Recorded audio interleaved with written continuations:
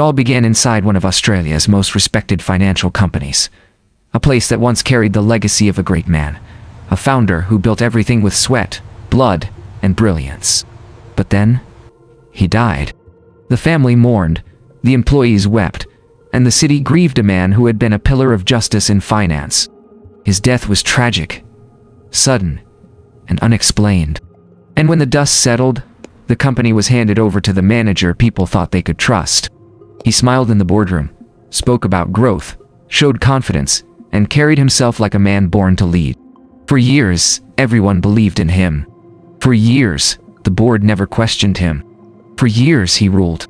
But buried beneath that expensive suit, behind that polished smile, was the kind of darkness no one saw coming. Because the man they thought was protecting the legacy was the one who destroyed it. The truth, hidden for so long, was that the old manager was directly responsible for the company owner's death. And not just that, he had an entire network of loyal men, inside and outside the company. Corrupt officers, shady employees, ruthless criminals, all of them working to cover his tracks, all of them feeding off the money he stole, all of them protecting the secret of murder. Years passed, and everyone believed his lies. The company struggled, but he always had excuses. The economy is tough. Competition is rising. We're restructuring. But behind the scenes, funds were vanishing, operations were collapsing, and the company's very soul was rotting. And then came Gerald. Young, kidding, brilliant, calm, dead. A manager who didn't rise from politics, but from merit. The board of directors, tired of watching the empire crumble, decided it was time for change. So they brought him in. A man with fresh eyes. A man who had nothing to lose and everything to prove. From the moment Gerald stepped into that office, things began to shift. He was smart, strategic, and unlike the old manager, he was fair. Employees trusted him. The family of the founder began to hope again. Slowly, the company started to rise. Growth numbers ticked upward. New deals were signed. Morale returned. For the first time in years, there was light. But Gerald had no idea that by stepping into this office, he was stepping onto a battlefield. Because the old manager, McPeters, hadn't lost everything. He still had power. He still had men in the system. And most importantly, he still had secrets buried where no one was supposed to look.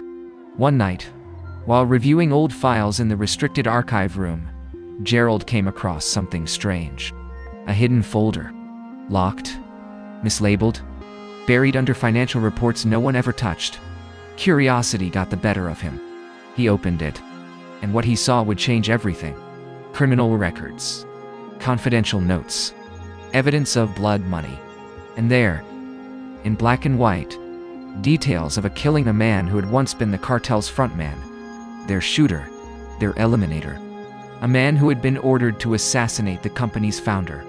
But that man never lived long enough to reveal the truth. He demanded his share from McPeters, demanded recognition. Instead, McPeters silenced him permanently. The file detailed it all: the meeting, the gunshot, the burial, everything. Gerald's hands trembled as he turned the pages. His heart pounded. It was the proof nobody had ever seen before. The founder hadn't died by chance. He was murdered. And the killer was the very man who sat in the office across the hall. But Gerald wasn't alone in that room. A sound crept from behind him: footsteps. A shadow in the glass. The cartel had been watching.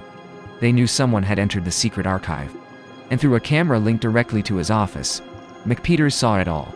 Gerald's posture, his trembling hands, his shock. It was obvious. The young manager had discovered the truth. By morning, Gerald was marked for death. McPeters called a private meeting with his loyalists. What was supposed to be a planning session turned into a secret trial, a conspiracy. Gerald would not live to see another sunrise. But fate had other plans. Because while McPeters and his men whispered in that meeting room, while they plotted to erase the one man who could bring them down, someone else was there. A cleaner. Just another worker in the shadows. Just another person they never noticed. She was scrubbing the floors outside when she overheard their voices. The tone was dark, threatening, unnatural. Curiosity made her pause. And then, instinct took over. She slipped her phone into the room, placed it where no one could see, and let it record. Every word. Every plan. Every threat. Captured. When she returned later to collect her phone, her hands shook. She knew what she was holding wasn't just gossip. It was evidence. Life and death evidence. She rushed to Gerald, pulled him into the workers' utility room, and pressed play. The young manager froze. His jaw dropped. The voices of McPeters and his men filled the room, talking about his death, talking about silencing him, talking about keeping the secret buried forever. Gerald's face went pale. He finally understood the danger he was in. Together, the cleaner and Gerald pieced it all. The files he had seen, the recordings she had captured. It was undeniable. They had the proof. But McPeters wasn't just a criminal. He was clever. Long before this day, he had bribed local officers, securing protection in case anything went wrong. So when Gerald first tried to call the police, the response was cold, dismissive, delayed. It was clear. The law was in McPeters' pocket. So Gerald and the cleaner made a bold move. Instead of waiting to be silenced, Gerald drove straight to police headquarters, bypassing the local station entirely. He handed over everything. The files, the evidence, the recording. This time, higher authorities took notice. Within hours, a full force was dispatched. The raid was swift. McPeters and his men were dragged out of their offices in handcuffs. The employees watched in shock as the man they had trusted for years was exposed as a killer, a thief, a fraud. Justice had finally arrived. But the story didn't end there. Because during the victory celebration, Gerald did something nobody expected. He called the cleaner onto the stage. The crowd cheered, confused but curious. Who was this woman? Why was she being honored? And then the truth came out. She wasn't just a cleaner. She wasn't just a hero. She was the long-lost daughter of the company's founder. A daughter from his first marriage. A girl everyone thought had died in an accident years ago. But she had survived. She had grown up in silence, working in the shadows, until fate brought her back to the very company her father had built. The revelation left everyone in tears.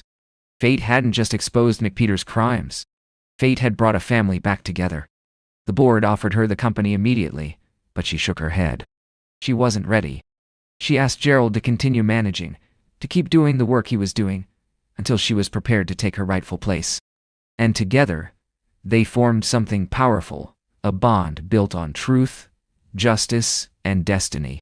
In the end, the lesson was clear. Evil may hide. Lies may last.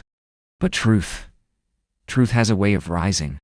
And sometimes, it's not the strongest, not the richest, not the most powerful who change the world. Sometimes it's the ones nobody sees. The quiet ones. The forgotten ones. The ones who refuse to look away. Because justice always finds a voice.